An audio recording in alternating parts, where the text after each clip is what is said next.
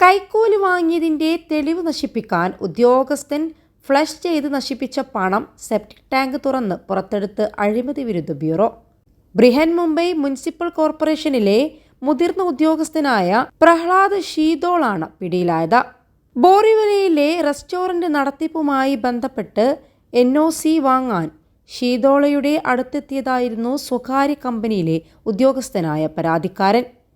NOC നൽകണമെങ്കിൽ 1,30,000 രൂപ നൽകണമെന്നാണ് ആവശ്യപ്പെട്ടത്. പരാതിക്കാരൻ അഴിമതി വിരുദ്ധ ബ്യൂറോയെ ഇക്കാര്യം അറിയിച്ചു. പരാതിയെ തുടർന്നാണ് ACB ഓപ്പറേഷൻ ആരംഭിച്ചത്. ഏകദേശം 1 മാസം മുൻപാണ് PNG ഗ്യാസ് കണക്ഷൻ സ്ഥാപിക്കുന്നതിന് അഗ്നിശമന സേന പോർട്ടൽ വഴി നോ ഒബ്ജക്ഷൻ സർട്ടിഫിക്കറ്റ് അപേക്ഷിച്ചത്. 1,30,000 രൂപ നൽകണമെന്ന് പറഞ്ഞ ഷീതോൾ പിന്നീട് 80,000 രൂപയായി കുറച്ചു.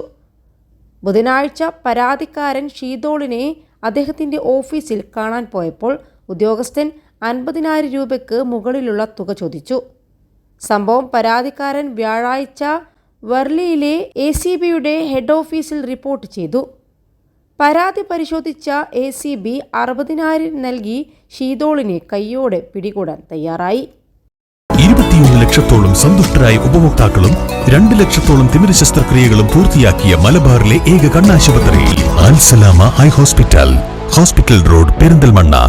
ആരെയെങ്കിലും കൊടുക്കുന്നതിന് മുൻപ് ഞങ്ങൾ കറൻസിയുടെ സീരിയൽ നമ്പറുകൾ രേഖപ്പെടുത്തുകയും നോട്ടുകളിൽ ഫിനോൾഫ്താലിൻ പൗഡർ പൂശുകയും ചെയ്യുന്നു.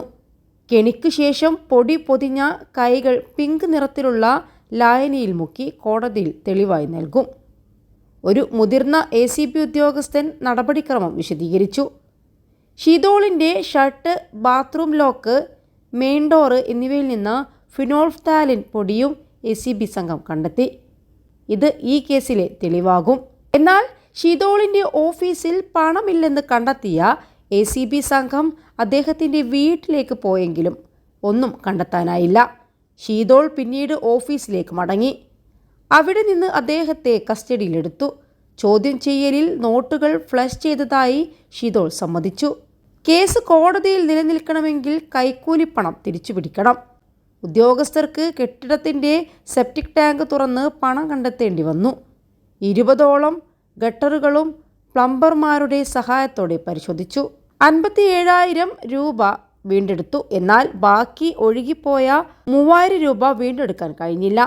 പിന്നീട് അറസ്റ്റിലായ ഷീതോളിനെതിരെ അഴിമതി നിരോധന നിയമപ്രകാരവും BNS ആക്ട് പ്രകാരം തെളിവ് നശിപ്പിച്ചതിനും കേസെടുത്തിട്ടുണ്ട്. കോടതിയിൽ ഹാജരാക്കിയ ഇയാളെ സെപ്റ്റംബർ 3 വരെ പോലീസ് കസ്റ്റഡിയിൽ വിട്ടിട്ടുണ്ട്.